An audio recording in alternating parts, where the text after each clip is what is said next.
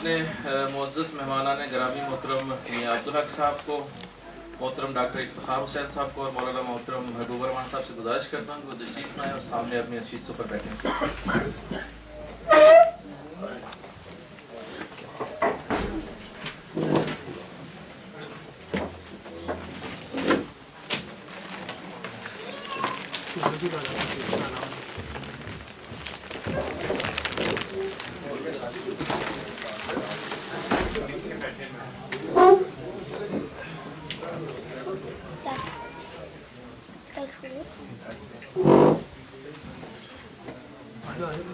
بسم اللہ الرحمن الرحیم۔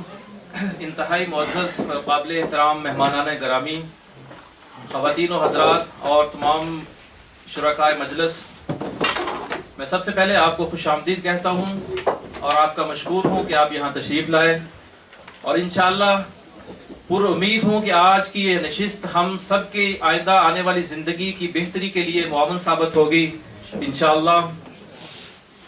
ہمارے پاس آج وقت چونکہ انتہائی محدود ہے، اسی کو مد نظر رکھتے ہوئے میں بغیر کسی وقفے کے آج کے اس پروگرام کا آغاز کرتا ہوں، اور اس پروگرام کے باقاعدہ آغاز کے لیے میں محترم مولانا فضل ہادی حسن صاحب سے گزارش کرتا ہوں کہ وہ تشریف لائیں اور تلاوت کلام مجید سے اس پروگرام کا آغاز کریں۔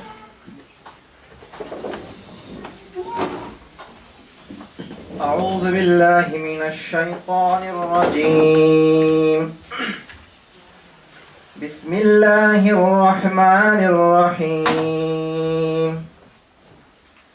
وَمِنَ النَّاسِ مَن يَشْرِي نَفْسَهُ ابْتِغَاءَ مَرْضَاتِ اللَّهِ وَاللَّهُ رَءُوفٌ بِالْعِبَادِ۔ يَا أَيُّهَا الَّذِينَ آمَنُوا ادْخُلُوا فِي السِّلْمِ كَافَّةً وَلَا تَتَّبِعُوا خُطُوَاتِ الشَّيْطَانِ إِنَّهُ لَكُمْ عَدُوٌّ مُّبِينٌ۔ فَإِن زَلَلْتُم مِّن بَعْدِ مَا جَاءَتْكُمُ الْبَيِّنَاتُ فَاعْلَمُوا أَنَّ اللَّهَ عَزِيزٌ حَكِيمٌ۔ هل ينظرون إلا أن يأتيهم الله في ظلل من الغمام والملائكة وقضي الأمر وإلى الله ترجع الأمور۔ انسانوں ہی میں کوئی ایسا بھی ہے جو رضا الہی کی طلب میں اپنی جان کپا دیتا ہے، اور ایسے بندوں پر اللہ بہت مہربان ہے۔ اے ایمان والو، اے ایمان لانے والو، تم پورے کے پورے اسلام میں آ جاؤ اور شیطان کی پیروی نہ کرو، وہ تمہارا کھلا دشمن ہے۔ جو صاف صاف ہدایات تمہارے پاس آ چکی ہے، اگر ان کو پا لینے کے بعد پھر تم نے لغزش دکھائی تو خوب جان رکھو کہ اللہ سب پر غالب اور حکیم و دانا ہے۔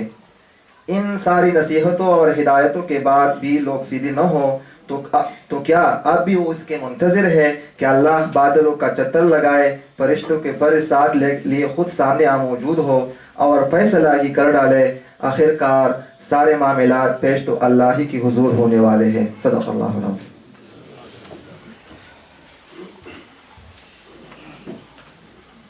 اب میں دعوت دیتا ہوں محترم ہمارے انتہائی معزز مہمان میاں عبدالحق صاحب کو کہ جو یورپین مسلم کونسل کے صدر ہیں، کہ وہ تشریف لائیں اور یورپ میں اسلامی اجتماعیت کے حوالے سے ہماری رہنمائی فرمائیں۔ محترم میاں عبدالحق صاحب۔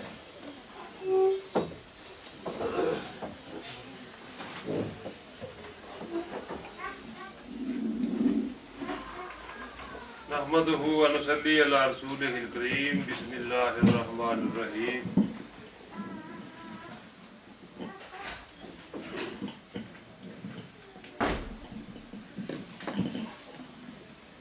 میرے محترم بھائیوں، بہنوں، بیٹیوں، السلام علیکم ورحمۃ اللہ وبرکاتہ۔ اس موضوع کے لیے انتظامیہ نے 10 منٹ مجھے دیے ہیں،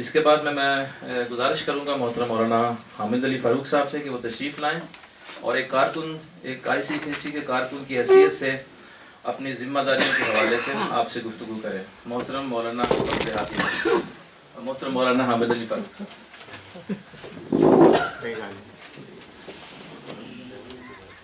بسم اللہ الرحمن الرحیم. میرا خیال ہے فضل حدیث صاحب کا نام ٹھیک لیا ہے. یہ کہتے ہیں زبان پھسلی ہے، زبان پھسلی نہیں، زبان ٹھیک بولی، کیونکہ آج طبیعت میری ٹھیک نہیں ہے. تو میں نے خوشی کا اظہار کیا کہ اللہ کرے فضل حدیث صاحب ہی میری جگہ یہ ذمہ داری ادا کریں. بہرحال اس مختصر وقت کے اندر میں چند باتیں آپ کے سامنے رکھنا چاہوں گا. آپ تمام حضرات خواتین آج اس نشست میں موجود ہیں اور ICC اسلامی کلچر سینٹر کے آپ سب وابستگان ہیں، مخلص کارکن مختلف حیثیتوں میں، مختلف ذمہ داریوں میں اپنی اپنی ذمہ داری ادا کر رہے ہیں. سب سے پہلی بات میں آپ سے یہ کہنا چاہوں گا کہ ہم سب کو اللہ کا شکر ادا کرنا چاہیے کہ اللہ نے ہمیں ہماری اوقات سے زیادہ، ہماری حیثیت سے زیادہ ہمیں عزت اور روزگار اور ہر قسم کی فراوانی عطا فرمائی ہے. ہم اس پہ جتنا بھی اللہ کا شکر ادا کر سکیں وہ کم ہے. اللہ نے یہ جو ساری نعمتیں ہم کو عطا فرمائی ہیں بن مانگے، بلا کوشش کے اور بغیر ہماری حیثیت کے، تو اب ہمیں ان نعمتوں کا شکر ادا کرنے کا سلیقہ اور اپنے اندر حوصلہ پیدا کرنا چاہیے. اللہ نے اگر ہمیں یہ نعمت عطا کی ہے کہ ہم ایک خوشحال زندگی گزار رہے ہیں، تو ہمیں اپنی اس اللہ کی نعمت کا شکریہ ادا کرنے کے لیے اپنی ذمہ داری کا احساس اپنے اندر پیدا کرنا چاہیے. اور ICC اسلامی کلچر سینٹر ایک ایسا پلیٹ فارم ہے کہ جہاں پہ رہ کے ہم اپنی انفرادی زندگی بھی اور اپنی اجتماعی زندگی بھی بہتر کر سکتے ہیں. یہ ایک ایسا اللہ نے آپ کو موقع دیا ہے اور مسلمانوں کے لیے ایک سنہری موقع ہے سرزمین کے اوپر کہ وہ اس اپرچونٹی کو اویل کرتے ہوئے، اس موقع سے فائدہ اٹھاتے ہوئے آئندہ نسلوں کے لیے، آج سے 40 سال پہلے کا سینیریو اور تھا، اس وقت منظر نامہ اور تھا، ہم میں سے ہر ایک یہاں واپس جانے کے لیے آیا تھا، لیکن آج منظر نامہ تبدیل ہو گیا ہے. اس وقت آپ کو رہنے کے لیے گھر بھی نہیں ملتے تھے، معاش کی بھی بڑی تنگی ہوتی تھی. آج آپ کے پاس ویلاز ہیں، آپ کے پاس مکانات ہیں، آپ کے بچوں کے اپنے مکانات ہیں، ہر ایک اپنی جاب کے اوپر موجود ہے. آپ کو روزگار کے حوالے سے، مکانوں کے حوالے سے، واپس جانے کے حوالے سے جو چیلنجز آج سے 40 سال پہلے تھے وہ آج نہیں ہیں. اب آپ کی فکر کیا ہونی چاہیے؟ اب آپ کا غم کیا ہونا چاہیے؟ اب آپ کی ساری تگ و دو کا مقصد کیا ہونا چاہیے؟ اگر اللہ نے یہ سارے مراحل آسانی کے ساتھ گزار دیے تو اب آپ کا، میرا، ہمارے بچوں کا، نوجوانوں کا اولین مقصد یہ ہونا چاہیے کہ ہم نے اس سرزمین کے اوپر اگر رہنا ہے تو ہمیں اپنی مسلمان آئیڈینٹی کے ساتھ، اپنی پہچان مسلمان ہونے کے ساتھ اپنے بچوں کو کیسے اسلام کے اوپر برقرار رکھنا ہے. یہ سب سے بڑا چیلنج ہے جو میرے اور آپ کے سامنے ہے. اور بطور مسلمان اپنی پہچان اس معاشرے میں باقی رکھنے کے لیے ICC کے علاوہ کوئی ایسا پلیٹ فارم نہیں ہے. میں تعصب کی وجہ سے بات نہیں کہتا. آپ باہر سڑک پہ چلے جائیں، آپ لوگوں سے انٹرویوز کریں، مسلمانوں سے پوچھیں، اور مجھے خود آ کے لوگ بتاتے ہیں اگر کسی بھی انیشیٹو کے حوالے سے بات ہوتی ہے باہر معاشرے میں کہ مسلمانوں کی یہ ضرورت ہے، مثال کے طور پہ تعلیم کے میدان کے اندر، مثال کے طور پہ ہمارے جو فیملی ایشوز ہیں ان کے حوالے سے، اجتماعیت، مسلمانوں کی اجتماعیت بہت کمزور ہے سوسائٹی کے اندر، ہر ایک اپنی اپنی راہ گلاپتا ہے. جس چیلنج کا آپ ان کے سامنے ذکر کرتے ہیں اور اس کا حل تلاش کرنے کی کوشش کرتے ہیں، تو باہر کے لوگ کہتے ہیں کہ ICC ایک ایسا پلیٹ فارم ہے جہاں پہ یہ کام کیا جا سکتا ہے، جہاں کے لوگوں کے اندر اخلاص ہے، جہاں کے لوگوں کے اندر اتحاد ہے، اور وہی ایک ایسی جماعت ہے جو یہ کام کر سکتی ہے.